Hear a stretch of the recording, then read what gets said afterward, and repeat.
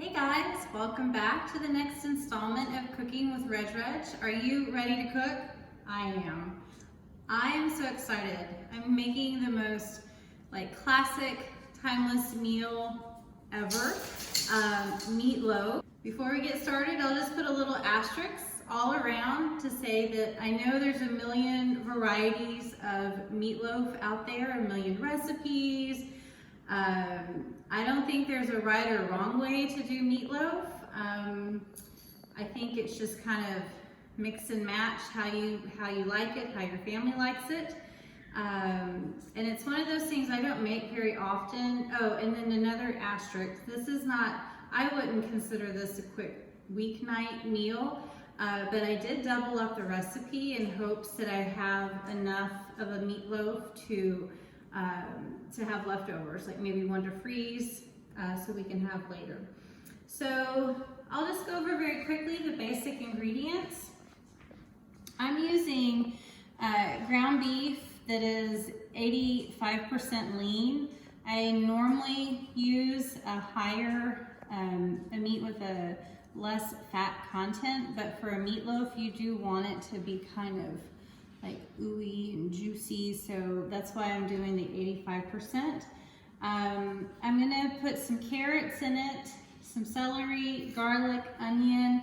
The egg will bind it together. We've got some breadcrumbs, and no, I didn't use my own homemade breadcrumbs. These are just store-bought, so I'm sure there's like a whole conversation that could be had just on that.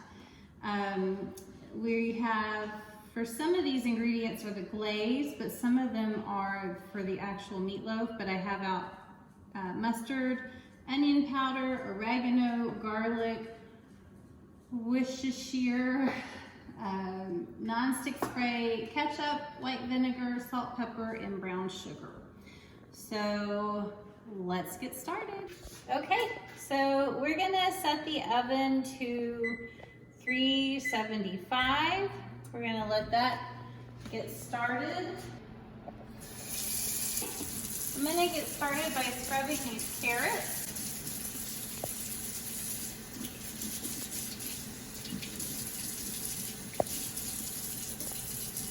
So some of the feedback that I've heard so far on the videos is that you guys really like it when I show you kind of the step-by-step.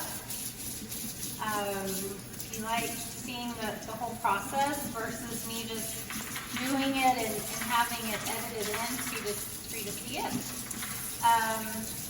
Some of you guys have liked hearing the cleaning tips, and many of you have commented that I have like the cleanest kitchen ever.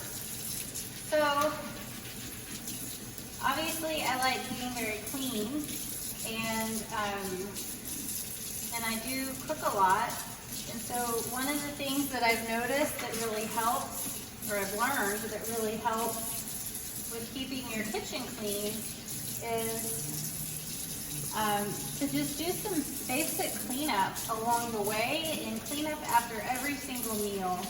I know a lot of people get tired after prepping a big meal and they say, oh, I'll leave this, I'll come back, I'll clean it later. But what happens is that oils and things that maybe have splashed onto your countertops or your stovetop or in your oven, those things, once they start to sit, especially if they were hot and then they become cool, they actually become more difficult to clean. So if you just take a few minutes, and if you do it every time, it doesn't take long at all. But if you just take a few minutes and wipe down all your countertops, your cooking utensils, appliances, just little things like that, then you know that when you need to come back and cook a big meal next, then your kitchen's ready to go. Also, another thing is that to really pay attention to where water spills and where water splashes or sauce or whatever you have happening in your kitchen, And I'll show you what I mean.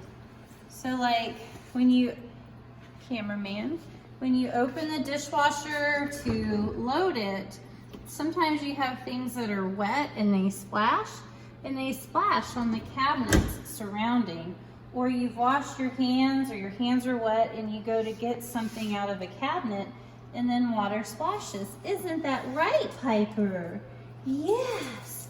So even here in this kitchen, when I move from here to here, I'll notice that I have a lot of little like water spots on here. Well, if you let those sit for months at a time, they become etched into your cabinets and you can't get it clean. But if you just take a few minutes to do it periodically to wipe it down, and I just used, this is diluted, this is Mrs. Meyer's, it's a natural cleaner. It's safe on my cabinet, so I know that I can use it. I just spray a little bit into a dish towel, and I just come and rub those little spots off. So that's one little cleaning tip. So the reason why I said this isn't a quick weeknight meal is because, you know, I have quite a few things that I'm going to be chopping and adding in. You can obviously make it a little bit quicker in the prep than what I'm doing. So I'm going to just chop these carrots. I think the carrots just add, like, I don't know if texture is the right word, but maybe, well, obviously a different flavor, a sweetness. Maybe they contribute to the moisture.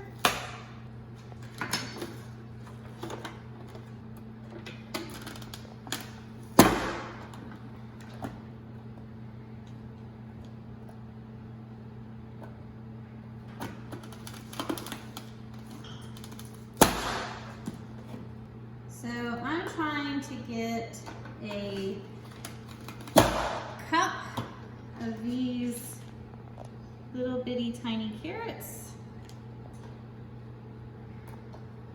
I mean, yeah, I probably could have just put these all in a food processor, but I didn't want to take up all that space in my dishwasher, so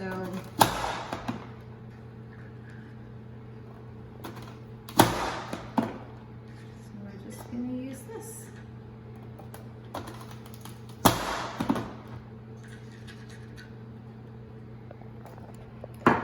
Okay, so I need a cup of these, and it looks like I've probably got a cup. Boy, they are like running away from me, huh? Okay. So we have a cup of carrots. I'm gonna need to do an onion. Cups.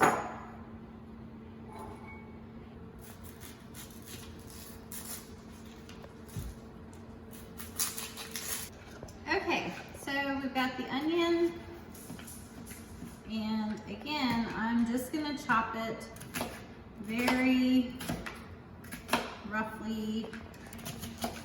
My goal here is to put it in this little chopper here and make it even smaller.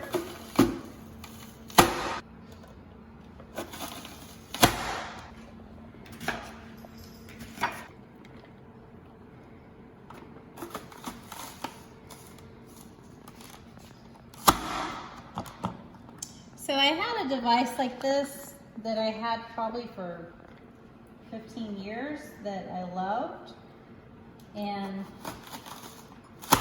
it had a bigger it was round, so it had like a bigger area to put your food in to chop it. So when it broke after all those years, and I tried to replace it, I couldn't find one that was just like it. So I settled on this one, and it's okay.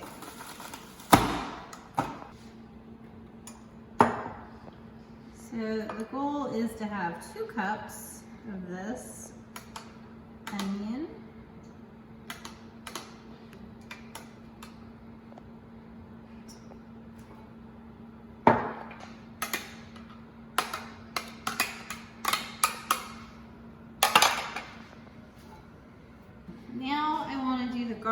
it's 4 cloves of garlic. So one thing I never take a shortcut on is garlic. I do not buy the pre-chopped garlic that you can buy in the jar. It just tastes funny to me.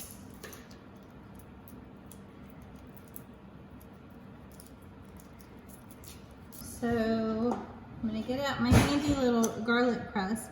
One thing I noticed when I went to link this to one of my previous videos is that it had instructions when I was reviewing the video to make sure that I had the right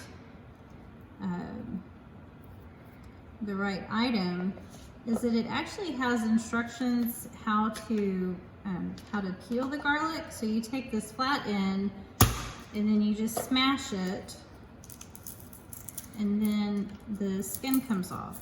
See? Ew, yuck. Fail. So, oh, I didn't mean to like pulverize him. All the skin's off though.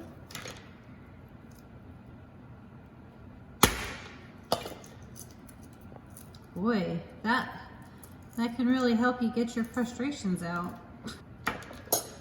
Maybe I shouldn't do it so hard.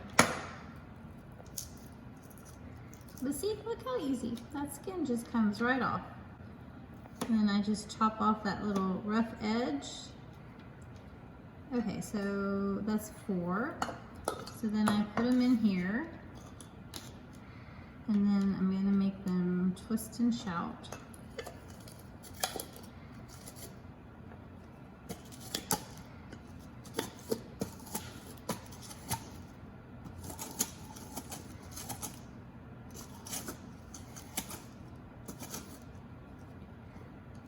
This little teaspoon and just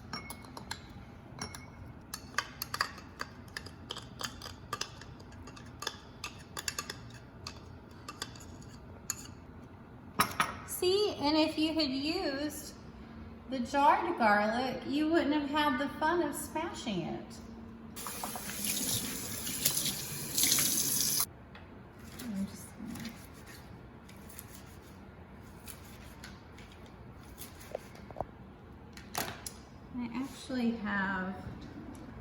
I was trying to avoid pulling the whole thing out, but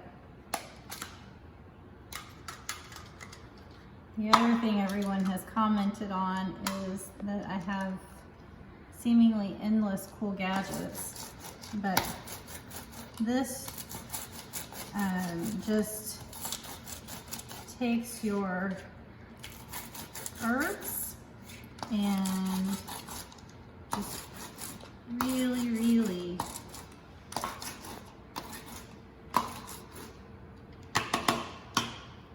turns them into that.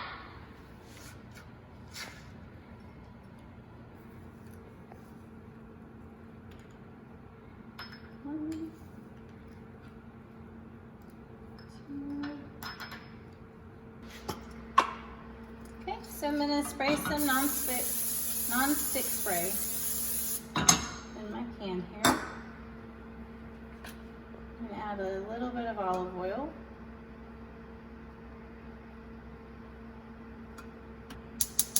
I'm gonna get this going on a nice high heat. I'm gonna bring over my ingredients that we're going to saute. Okay, so I have the onion, the carrot, the garlic, and the oregano. And I'm gonna wait for this oil to get nice and hot. Okay, so I'm gonna add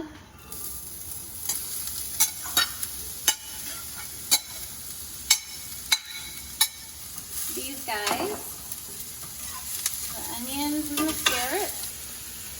So I'm just lightly tossing so that I coat the onions and the carrots with the oil. And And I'm just gonna keep it moving for a little bit. It said for about 2 minutes. And I'm giving the onions and the carrots a little bit of a head start. So this is not the kind of thing that you want to walk away from. You want to sit here and kind of babysit it. So I'm going to go ahead and add the garlic.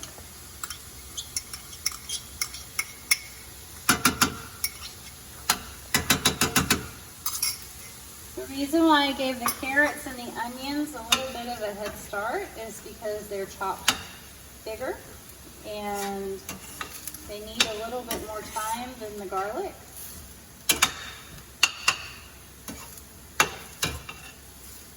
And I don't know about you, but personally I feel like nothing smells better in the world than onions and garlic sauteing.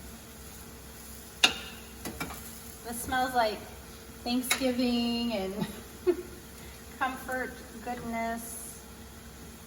Now that this has made a little bit of moisture, I'm going to add the dried oregano.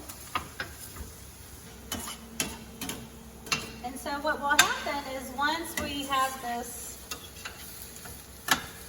where we like it, then we will let it cool so that we can go ahead and mix it into the meatloaf mixture. I believe the whole point of this step versus just putting it in is to just give the carrots and the onions a little bit of time to cook, and then also a little bit of time to get that high heat on them to bring out their flavors. And you'll see as the carrots cook, they actually turn to a nice bright, they get brighter as they're cooking. Okay guys, welcome back. So we've been out visiting with our neighbors and checking our decorations, but this is all nice and soft. It's had a chance to cool off. So now what we're gonna do is we're gonna add that to this pan, and I'm just gonna scrape all the delicious goodness in. I'm gonna do 2 cups of breadcrumbs.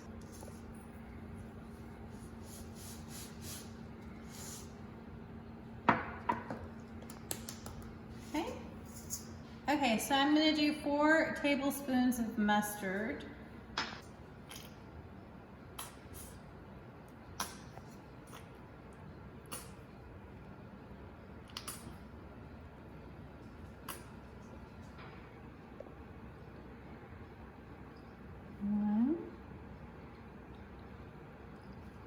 Two.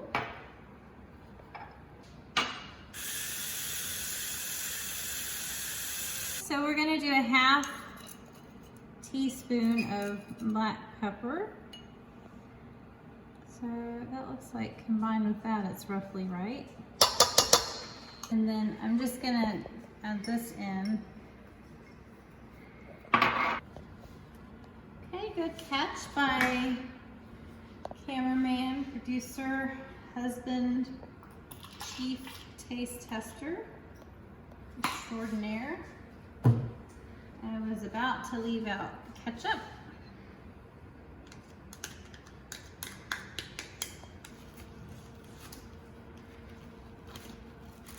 So the thing I like about doing something like a meatloaf, where we're going to put all of the ingredients basically into a pan and then we're going to cook it in the oven, is that while that's baking, and it takes about an hour, so while that's baking, it'll give me time to clean all of this up. Okay, so we've added the meat to the pot. Now the next step is to add the eggs, and I'm going to use this guy here.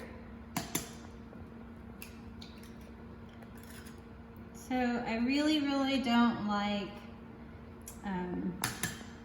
the idea of of egg stuff running all over the countertops. So over the years, I've developed this really hyper paranoid method of managing eggs and eggshells. Even though I clean my countertops after every cooking, I just feel like eggs is not really something I want to take a chance with. So I'm going to go ahead and dump this in the trash.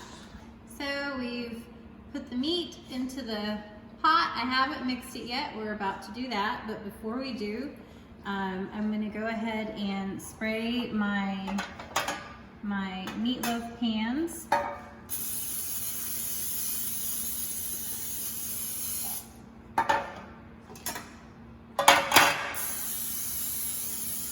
Okay, so I'm really making sure that I coat these pans very nicely. I forgot to do this side. One is that it really helps with the cleanup, that you don't have things stuck on it. And then the other is it helps with getting the meatloaf out of the pan. These pans are awesome as far as meatloafs go because when it's done cooking, you lift it out of here like so, and it leaves, there's a little gap. You really can't see it in here, but there's a little bitty gap where the oil, the juice from the meatloaf kind of comes to the bottom. The base is lifted so that I guess it's maybe not as soggy. I have my egg here, and honestly, I always do this with my bare hands, but I have these food prep gloves left over from another project, another meal. So I'm just gonna go ahead and put them on and get in and mix it all up. So if you've never made meatloaf before, you should know that once we do this step here of mixing, the meat is raw, so we're gonna mix it all in, and then we're gonna put the meatloaf into the pan and bake it. And Trevor just learned today that this is how meatloaf's made. I think he thought that the meat was cooked first. So one thing you want to make sure that you don't do is you don't want to over mix the meat. You want to make sure it's really well mixed, but not like over processed, because then it makes it change its consistency. So that's why you don't want to do this with a spoon. You know, you really do want to get in here, cameraman, so that you can come and fold. So I'm just working and folding, pushing, and I just keep doing this over and over. I'm using my knuckles to really get in here. Oh, this is odd using gloves because the mixture pulls the glove, but that's okay. So I'm just gonna, so what I'm doing is I'm eyeballing the shape of this meatloaf to kind of preform it. And I think this is decent, and it looks like roughly half. So I'm pressing it in and flattening it with my hand because I want it to be the same kind of thickness throughout. So again, that was 3 pounds of ground beef, so that's roughly 1.5 pounds for each loaf.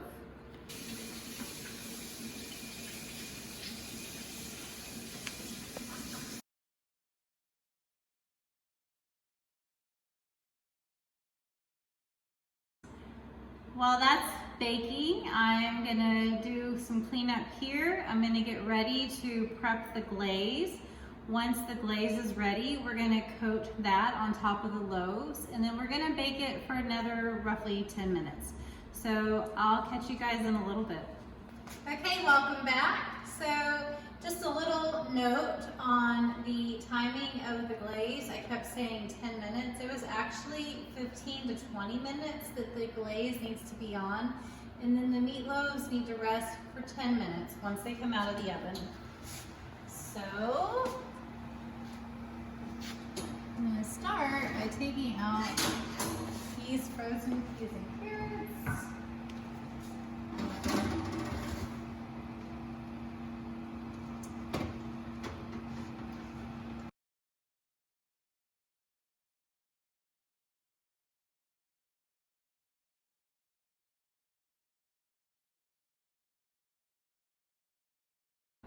You want for the ground meat to be at 160, and we reached 160 and over throughout. So now this is gonna sit for 10 minutes. So I'm gonna put my timer back on.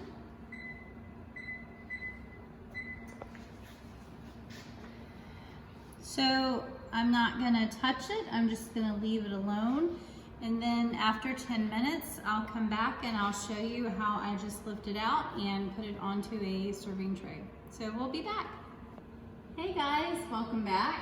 So the loaves have rested for 10 minutes, and now we're gonna take them out and put them into the serving dish.